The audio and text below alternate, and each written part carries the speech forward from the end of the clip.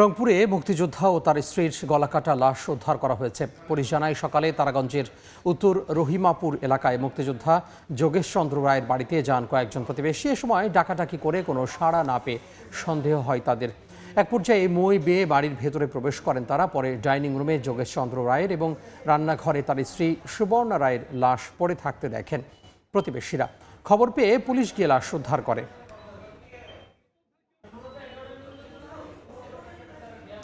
বিস্তারিত জানাতে রংপুর থেকে যোগ দিচ্ছেন রিপোর্টার আব্দুর রশিদ জীবন। আমরা সরাসরি যুক্ত হব তার সঙ্গে।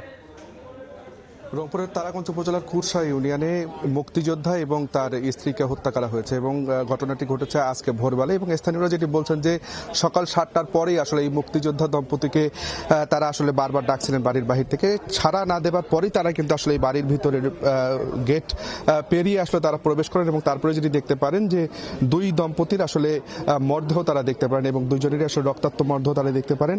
এবং স্থানীয়রা যেটি বলছে যে এই যে মুক্তিযোদ্ধা দম্পতি তারা কিন্তু আসলে প্রতিদিনই সকাল সকাল বের হন, প্রাত রাশে তারা আসলে হাঁটতে বের হন।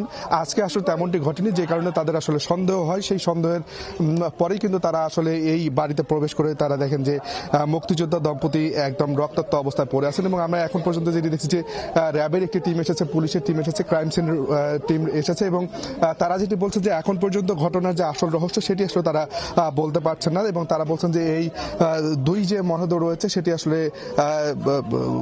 ময়নাতদন্তের পরেই আসলে বোঝা যাবে আসলে ঘটনা কি ঘটেছিল। এবং একই সাথে সঠিক তদন্ত করে আসলে তারা বলছেন যে তদন্ত চলছে। এবং আমরা যেটি দেখছি যে পুলিশ, র্যাব, ডিবি সহ প্রশাসনের সকল স্তরের সদস্যরা এখানে এসেছেন। এবং স্থানীয়রা যেটি বলছিলেন যে আজকে ঠিক সকাল 7:30টার দিকে তারা যখন আসলে এই যে স্থানীয়দের যখন আসলে শুনছিলেন না, বারবার ডাকবার পরেও যখন শুনছিলেন না, তখন আসলে তারা এই বাড়ির ভিতরে ঢুকেন। এবং বলে রাখি এই যে মুক্তিযোদ্ধা তার নাম আসলে যোগেশ চন্দ্র রায় এবং তার যে স্ত্রী তিনি হচ্ছেন আসলে সুবর্ণ রায়। এবং এই যোগেশ চন্দ্র রায় তিনি আসলে একজন স্কুল শিক্ষক ছিলেন, স্থানীয় একটি সরকারি প্রাথমিক বিদ্যালয়ের প্রধান শিক্ষক ছিলেন।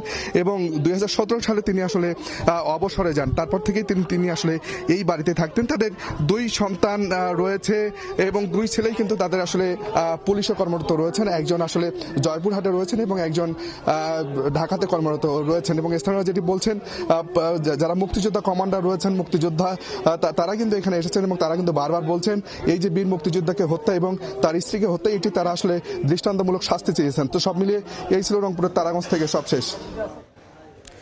যুক্ত হয়েছিলাম রংপুরের তারাগঞ্জ থেকে।